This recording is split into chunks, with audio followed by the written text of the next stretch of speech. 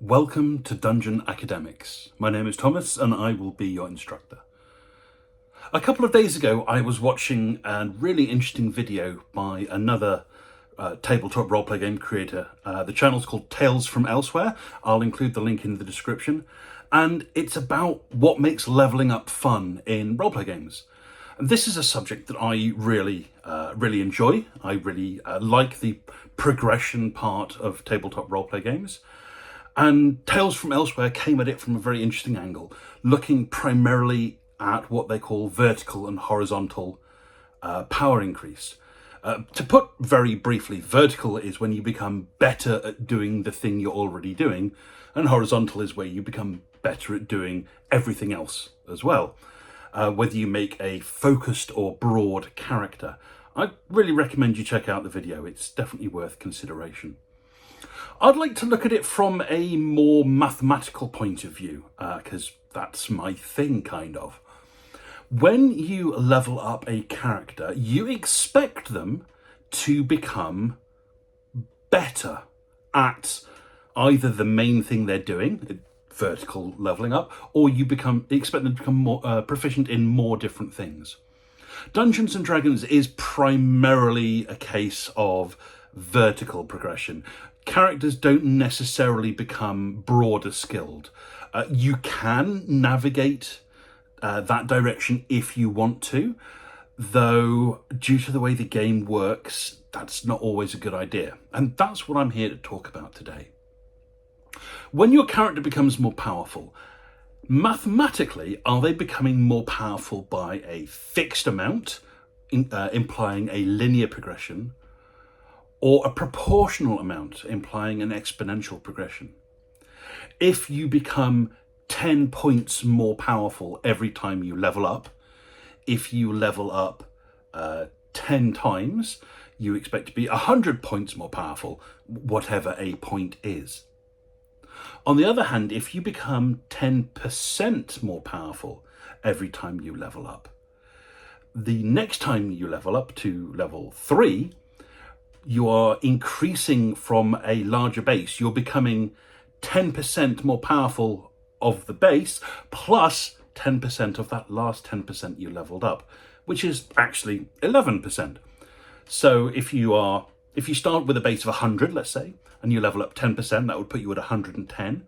And then you level up 10% again, that's plus 11 now, that puts you to 121. And this progression continues exponentially.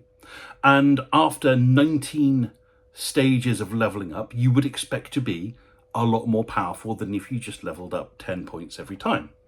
This is the curse or blessing of compound interest. A curse if you're borrowing money and a blessing if you're investing it. If you're investing money, you earn interest on your growth. But if you owe money, you earn interest on the additional interest that you owe. Everything compounds. Now, I did a few calculations with this. I said, let's consider a fighter, a fairly simple character. And let's look at the difference between a level 1 fighter and a level 20 fighter. And put them in combat. There's 3 things that really are going to improve. How likely you are to hit with an attack, how much damage you do per attack, and how many attacks you get to make. Now, in this case, let's assume that the difference between a level 1 and a level 20 fighter is that against most targets, they're probably twice as likely to hit.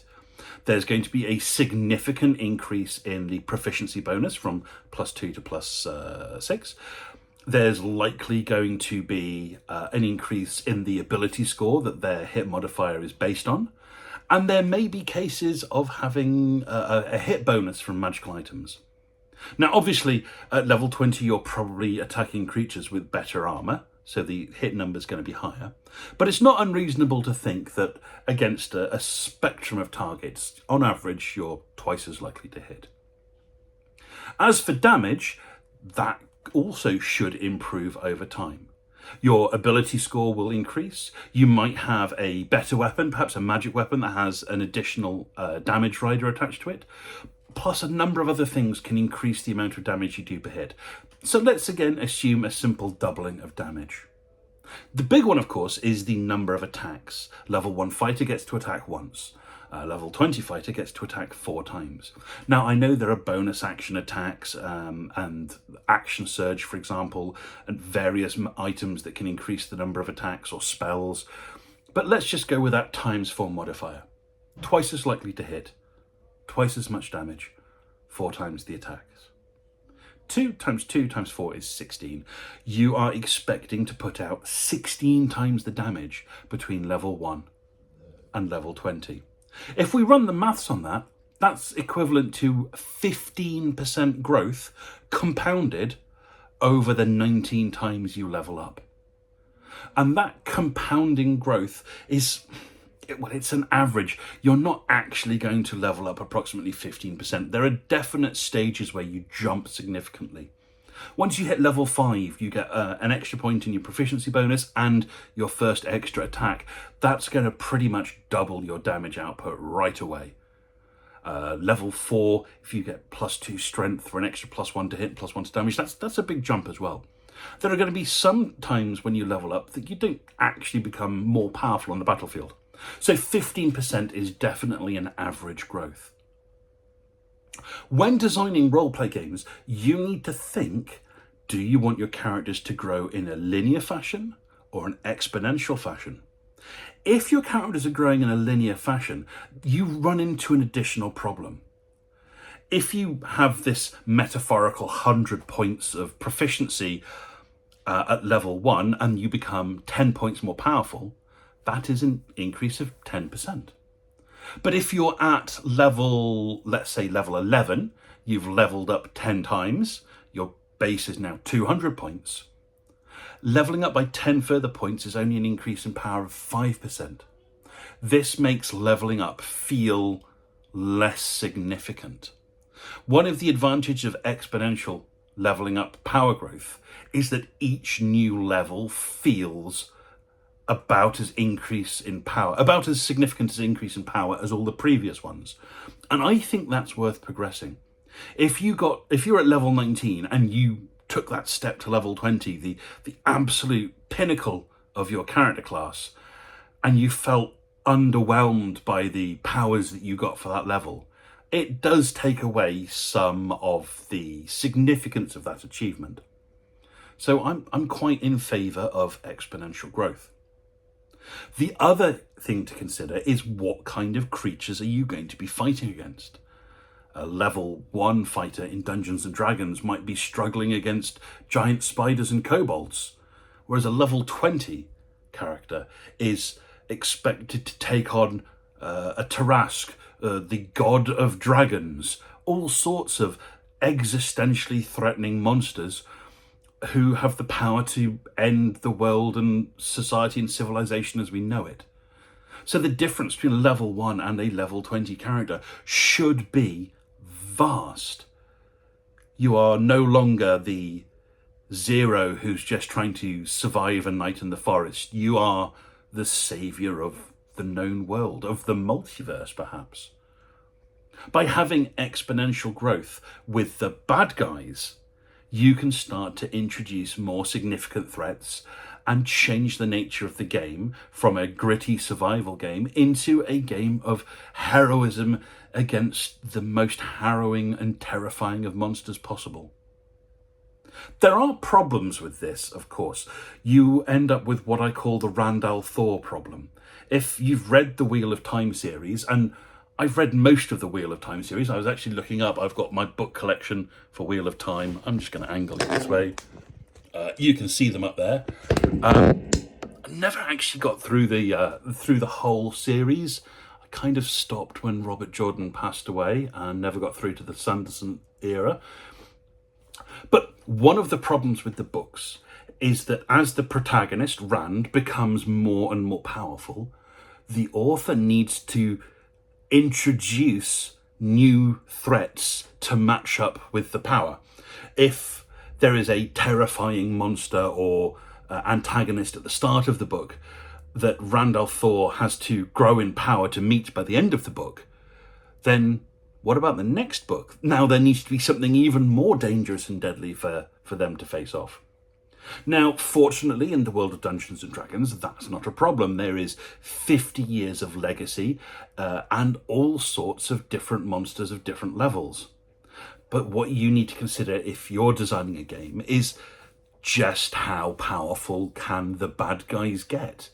If you don't write good enough bad guys, then there's no one left to threaten the good guys if they really become that much more powerful. On the other hand, if your good guys are progressing in a linear fashion with quite slow growth, then they're never going to be able to face the true most evil bad guys. This isn't necessarily a problem, as anyone who's played Call of Cthulhu will be able to tell you. There are monsters in that book that you absolutely should not be taking on. One of my RPG moments of heroism is when I single-handedly killed a Shoggoth in Call of Cthulhu. One-hit killed a Shoggoth. And you might be thinking, how the hell does a character one-hit kill a Shoggoth? Well, I hit it with a train in a tunnel. Closed my eyes, toot toot, ploughed straight through that blob. Never opened my eyes. If the train derailed and I died, fair enough. But I knew that something horrible was in that tunnel and I was not willing to see what it was. And I exploded it with a steam train. That aside, in Call of Cthulhu, you are never expected to take on the most powerful monsters that are there. Including their stat blocks really is unnecessary. They could have just put no.